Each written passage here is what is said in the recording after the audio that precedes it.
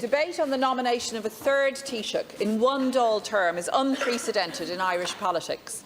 And I want to start by repeating my personal good wishes to the outgoing Taoiseach Leo Varadkar on the next chapter of his life. I do acknowledge former Taoiseach Varadkar has undoubtedly led the country through challenging times, through Brexit and COVID in particular. And I do also acknowledge, as you said earlier, the need for courtesy and for respect in politics. And indeed, in that vein, I also extend my personal good wishes to the presumptive incoming Taoiseach, Deputy Simon Harris. As Minister Harris, I think it's important that we're respectful in politics. And as Minister Harris has acknowledged, however, he has not much time to change the course of this government. I hope he has the courage to try to make that change, but unfortunately, from what we have heard so far, his elevation today will not deliver the change that we need, and that's why we in the Labour Party cannot support the Fine Gael nomination for Taoiseach. The appointment of another temporary Taoiseach by this coalition is just more superficial change, cosmetic change, not the radical change that people so badly need. That's why we have called for a general election now, not just a change of Taoiseach. Last count, Corla, Ireland is a country with impressive GDP. We have full employment and the public purse sees the benefit of that, reaping plentiful tax takes. Coming back from the darkness of global recession, those conditions have created a unique political opportunity, and the pandemic response has shown us what the state can achieve, what can be done through public investment. But this potential has unfortunately not been followed through by this current government or indeed the previous government. And instead, after 8 years of rule by Fine Gael and Fianna Fáil, with or without the Greens, the housing crisis is worse than ever. February's homelessness figures broke new and shameful records, particularly for children in homelessness. Emergency department chaos leaves sick people delaying hospital visits, and workers' rights are still trailing comparable European countries. We continue to miss our climate targets, buying credits from other countries when we should be investing more in clean infrastructure, and so many basic public services remain out of reach: childcare and creche places, home help hours, autism assessments, community policing.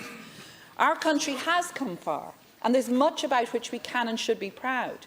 But profound inequality remains, and Ireland is not working for far too many people. Our communities are held back by government parties which do not believe in harnessing the power of the state. And that is most true of the Fine Gael party. So a new nameplate on the door of the Taoiseach's office won't change that, because reliance on the private sector alone certainly won't change that. We heard Deputy Harris's address to his party's Ardèche on Saturday. And with just 50 weeks until a general election must be held, that speech presented an opportunity to set out a new programme for his party and indeed for the government. It was a long speech, and in less than 1 year, Minister Harris did indeed promise to do more than his party has achieved in those 8 wasted years of prosperity I referenced earlier. But his speech did not allay our concerns in Labour. There was a lot in it and over the weekend about a new energy, which sounds indeed like a Star Wars tagline. But where is that new energy in reality to deliver on housing, on healthcare, on childcare, on climate action and workers' rights, on disability rights, and all those areas which are crying out for change, where people are crying out for change? Where is the drive, the ambition and the courage to deliver the change that people really need, to deliver an Ireland that truly works? Let's take housing. Deputy Harris conceded that his government's targets are too low. And indeed, he called for 250,000 new builds in the next 5 years. I welcome that. We in Labour have been saying this for more than a year. And I wonder how Minister Harris's colleagues in government have felt about that call, given how quick many of them were to mock our call for 50,000 new builds per annum that we made last year. I don't want to say we told you so, but we do need, Minister, to see actual delivery of homes. It's not good enough to say that you're warming up, Minister Ryan, after so many years in government. And absent from that announcement was any real commitment to increase the state resourcing to ensure delivery of the supply of public housing, of social and affordable housing that people need across communities. Instead, we saw yet more reliance on private sector, the staple of the Fine Gael diet. Rather than restricting evictions, Minister Harris prefers more renters' credit. But what use to renters is getting less than 1 month's rent back when you live, as so many of our constituents and so many people do, in permanent fear of losing your home, permanent fear of eviction? And rather than state action, Minister Harris prefers more subsidies for developers, waiving development levies. When that approach has failed for the past 8 years, how can it deliver change now? Instead of making homes more affordable, the reality is prices are at record highs, and now is not the time for the government to double down on bad policy, because the housing disaster is the civil rights issue of this generation, and indeed it's multi-generational. We all know this. It cuts across and affects every generation and every community. And on day one, the incoming Taoiseach should recognise that by committing to end no-fault evictions, to make renters safe, by regulating short-term lets, by transforming the Land Development Agency into a truly effective state construction company, and by delivering 50,000 new builds and 50,000 deep retrofits each year, with adequate provision within that of social and affordable homes. We can find enough construction workers to deliver this. But as a minister, the incoming Taoiseach would not even pay apprentices the minimum wage, let alone mount a proactive campaign to recruit construction workers. In the section of your address on climate, the incoming Taoiseach assured that Fine Gael would not lecture voters on climate action, perhaps a barb about some of his government colleagues. In fairness, he made good on that commitment right away, because the section on climate action was dropped from the speech. No lecturing, not a word. And this does not bode well for commitment within government to a cleaner environment, for cheaper bills, better public transport or warmer homes. And indeed, the passage that was on the cutting room floor made no reference to really effective climate action measures, such as supports for retrofitting homes. The closest we saw was a promise to farmers that the government knows it cannot keep, a promise on nitrates derogation. And that irony will not be wasted on many farmers after 2 consecutive wet seasons due to climate change. Lofty promises, devoid of substance, are a feature of other areas too. Deputy Harris boasted of his party's achievements in healthcare, but that praise jars with the experiences of so many people who have told me about spending hours or even days on hospital trolleys. It jars with the experiences of healthcare staff running on empty, suffering the consequences of the HSE recruitment embargo and of low pay.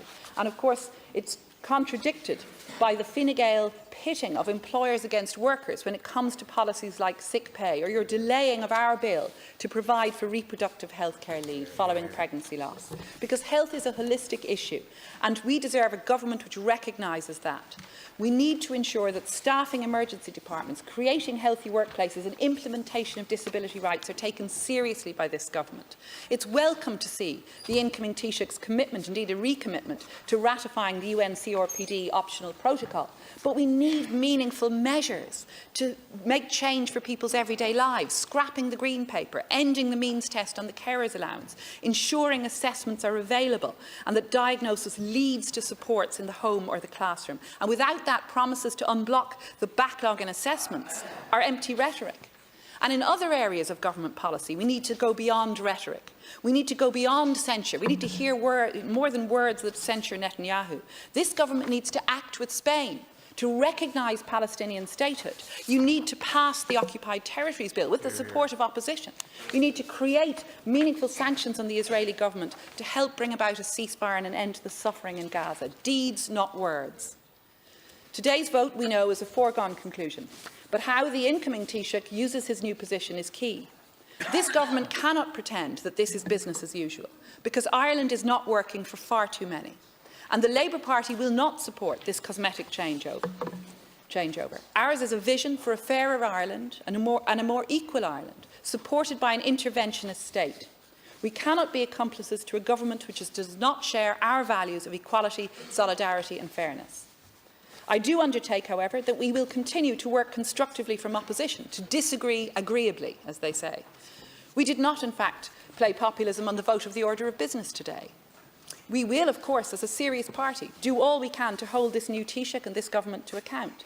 But we will also commit to working with you where we can achieve common purpose, and we will be honest and fair, because our democracy is too precious to be denigrated in this House or on social media.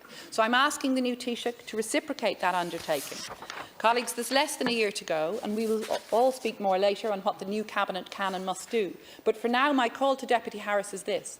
If a general election will not be called now, as it should be, then you must commit to serving the people in a way that matters and to letting these houses carry out our constitutional function. So I am asking you to stop blocking opposition bills, to publish the meaningful policies we need on building homes, increasing hospital capacity, on disability rights and on welcoming refugees. Change is not easy, it takes courage, and if you won't go to the people, Deputy Harris and your colleagues, we hope you will act to deliver real change, because we need to see that change and we need to see an Ireland that works for all.